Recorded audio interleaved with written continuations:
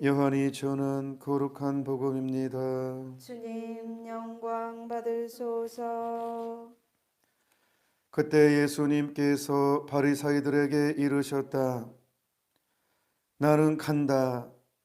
너희가 나를 찾겠지만 너희는 자기 죄 속에서 죽을 것이다. 내가 가는 곳에 너희는 올 수 없다. 그러자 유다인들이 내가 가는 곳에 너희는 올 수 없다 하니 자살하겠다는 말인가 하였다. 예수님께서 그들에게 말씀하셨다. 너희는 아래에서 왔고 나는 위에서 왔다. 너희는 이 세상에 속하지만 나는 이 세상에 속하지 않는다. 그래서 너희는 자기 죄 속에서 죽을 것이라고 내가 말하였다. 정녕 내가 나임을 믿지 않으면 너희는 자기 죄 속에서 죽을 것이다. 그러자 그들이 예수님께 당신은 누구요? 하고 물었다. 예수님께서 그들에게 이르셨다. 처음부터 내가 너희에게 말해오지 않았느냐? 나는 너희에 관하여 이야기할 것도 심판할 것도 많다. 그러나 나를 보내신 분께서는 참되시기에 나는 그분에게서 들은 것을 이 세상에 이야기할 따름이다. 그들은 예수님께서 아버지를 가리켜 말씀하신 줄을 깨닫지 못하였다. 그래서 예수님께서 다시 그들에게 이르셨다. 너희는 사람의 아들을 들어올린 뒤에야 내가 나임을 깨달을 뿐만 아니라 내가 스스로는 아무것도 하지 않고 아버지께서 가르쳐 주신 대로만 말한다는 것을 깨달을 것이다. 나를 보내신 분께서는 나와 함께 계시고 나를 혼자 버려두지 않으신다. 내가 언제나 그분 마음에 드는 일을 하기 때문이다. 예수님께서 이렇게 말씀하시자 많은 사람이 그분을 믿었다. 주님의 말씀입니다. 그리스도님 찬미합니다.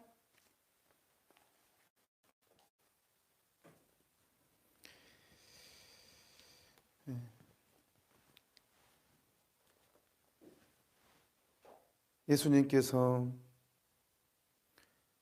우리 안에서 활동하시고 당신을 보여주시는데 왜 그렇게 예수님을 만나는 사람이 적은가?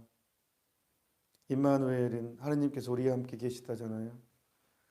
우리가 믿는 하느님은 살아계신 하느님입니다. 근데 왜 이렇게 예수님을 누리는 영혼이 적은가? 세 가지 이유가 있습니다. 첫 번째는 우리는 구원되기를 원하지만 죄에서 구원되기를 원하지 않습니다. 그러니까 예수라는 이름은 죄에서 우리를 구원하신 분이라는 뜻입니다. 구원이라는 것은 죄에서 해방이에요. 죄의 용서예요. 근데 우리는 구원을 원하는데 사람들은 구원을 원하지만 죄에서의 구원이 아니라 경제적인 어려움에서 구원되는 거. 좀 돈 좀 벌게 해주십시오라는, 건강하게 해주십시오. 매사에 잘 되게 해주십시오. 약간 기복적인 신앙. 주님 믿으면 사업이 잘 되리라. 이런 현세복. 미안한 얘기지만 예수님을 사랑한다는 것은 희생한다는 것인데 이용하려고만 하죠. 예수님을 이용해서 현세적인 복. 내 나라는 이 세상 것이 아니다 그랬지만 사람들은 이 세상에 집착하기 때문에 입으로는 주님 주님 부르지만은 실제로는 예수님을 모르는 유다인들이 율법을 공부하고 하느님을 평생 공부했지만 막상 하느님이 왔을 때 하느님을 죽여버리잖아요. 이 세상을 누리려고 하기 때문에 그런 비극. 정말 많은 사람이 예수님을 찾고 있지만 결국은 내 이속을 챙기는 경우가 많잖아요. 결국은 희생이 아니라 사업 잘 되게 해주십시오. 그게 뭐 기복신앙하고 무슨 차이가 있겠습니까? 건강하게 해주십시오. 물론 건강이 중요하지 않다는 게 아닙니다만은 우선순위를 그렇게 둔다는 거예요. 돈, 사업 잘 되게 해주십시오. 이래. 그리고 사업이 잘 돼야지 하느님한테 축복받는 것 같고 사업이 안 되면 버림받은 것 같고 이렇게 돼버렸어요. 우리 이 의식이 기복신앙. 그러니까 참으로 예수님을 누리는 사람은 많지 않습니다.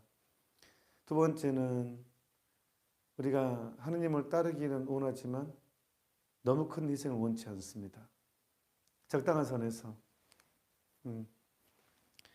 너무 큰 대가 원하지 않습니다. 그 성서에 가장 놀랄 만한 대목 중에 하나가요.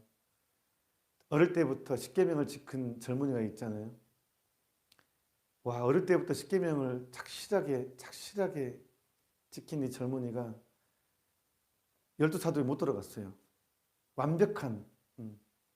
예수님이 뭐라고 하냐 그러면 저는 어릴 때부터 십계명을 다 지켜왔습니다. 예수님 보니까 그런 것 같아요. 오, 대견해요.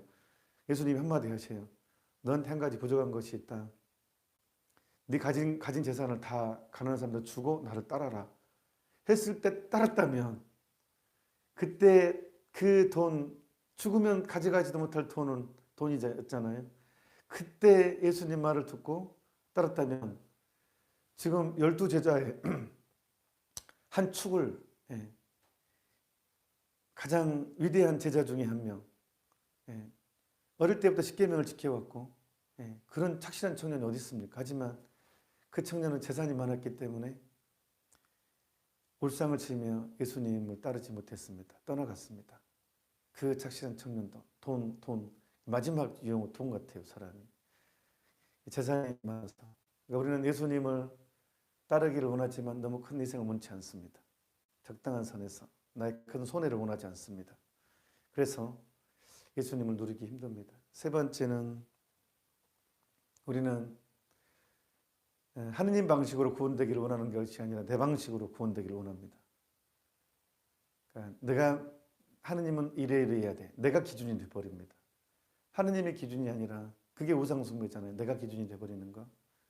그러니까 성서도 해석을 할 때 하느님이 나에게 원하시는 것이 뭔가 내가 하느님한테 맞추는 것이 아니라 이 성서가 나한테 어떤 의미가 있는가 내가 기준이 돼버려요. 이게 이제 교만이 만들어지는 것입니다. 그러니까 우리는 구원되기를 원하지만 하느님 방식이 아니라 내 방식으로 구원되기를 원한다는 거. 그래서 입으로는 주님 주님 하지만 유다인들이 그랬죠. 하느님 하느님 하지만 실제로는 하느님을 몰라보는 이 안타까운 현상에 떨어지게 되는 것입니다. 그래서 예수님이 오늘 예언을 하죠. 오늘 구리뱀 사건 나옵니다. 뱀은 저주의 상징이잖아요. 높이 들려 올린 것은 사람들 앞에 이렇게 드러난 거잖아요. 저주가. 십자가가 어떤 것입니까? 2000년 전에 십자가는 저주의 상징이었습니다. 천벌받은 사람. 정말로 가장 잔혹한 사형 도구잖아요. 로마 시대에서도 몇 번 없는 사람을 나무에 모델을 놓고 못질해 버립니다.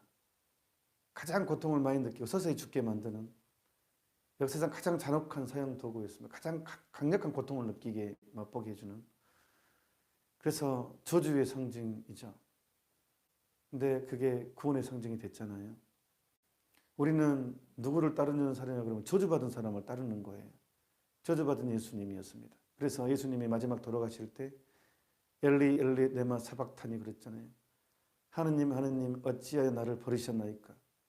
철저하게 버림받으신, 철저하게 고통받으시고 그런 그분을 우리는 따르는 거잖아요. 그렇기 때문에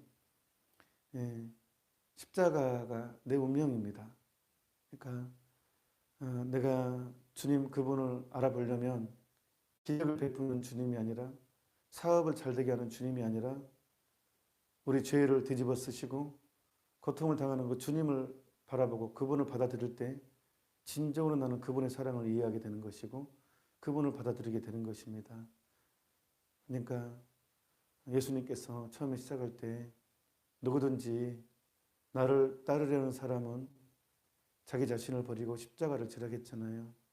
그러니까 우리는 내 운명에 대해서 불평하지 말아야 됩니다. 이스라엘 백성이 어떤 백성입니까? 그 오늘 일독서 배경이 구름 기둥 불 기둥 홍해 바다를 건넜던 하늘에 만나 떨어질 때 감격하며 눈물을 흘리면서 하느님께 찬미드렸던 홍해 바다 건널 때 이스라엘 나를 쫓아오던 이집트 군사들이 홍해 바다에 빠져서 죽을 때 하느님의 전능을 가슴 떨면서 지켜보고 하느님을 찬미했던 그 사람들이 바로 불평해 버립니다. 힘들다고 바로 되들어 버립니다. 하늘의 만나를 누리던 그렇게 감동했던 그 이스라엘 백성이 모세한테 대듭니다. 불평불만을 합니다. 약한 게 인간입니다. 우리는 세례성사 받은 사람입니다. 지금은 이제 미사가 좀 여러분 안 되지만 성체성사를 누리던 사람 아닙니까? 이보다 큰 은혜가 세상에 어디 있겠습니까? 세상에 많은 종교가 있습니다. 하지만 세상에 하느님의 살을 내 살로 취하는 종교가 세상에 어디 있단 말입니까?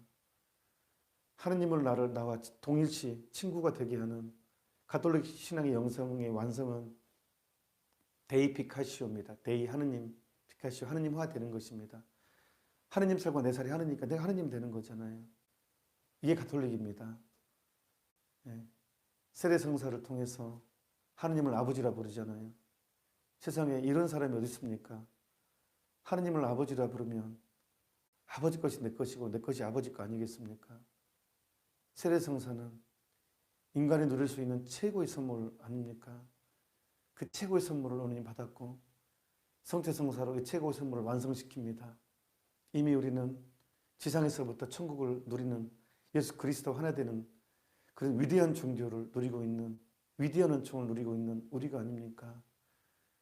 그래서 우리 이 은총에 감사할 수 있다면 이 은총을 깨닫는다면 우리는 불평할 수 없습니다. 사실은 원망할 수 없습니다.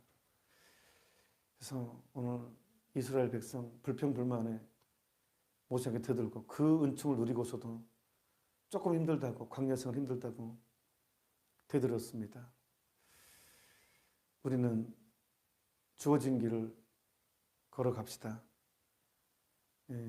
우리 학교 다닐 때 윤동주 시가 정말로 그 글에서 보면 그 깨끗함, 순결함이 있잖아요. 주어진 길을 걸어가야 되겠다라는 그런 시가 갑자기 생각납니다. 그래서 우리도 이미 우리는 넘치도록 어제 강의 때 은총이라는 것은 이미 받은 것을 발견해가는 과정이라고. 그러니까 넘치도록 우리는 받았습니다. 그러니 그분과 함께 고통의 잔을 나누어 마시는 것, 주어진 내 길을 묵묵히 걸어가는 것, 이게 그분께 대한 사랑에 보답하는 길이 아니겠습니까? 그래서 이 사순 시기는 은혜로운 시기고 은총의 시기고 감사의 시기고 내 사랑을 더욱 키워나가는 그런 시기가 되겠습니다. 이제 얼마 남지 않았습니다. 주어진 시간 더 하느님 사랑하는데 힘을 기울였으면 좋겠습니다. 잠시 묵상합시다.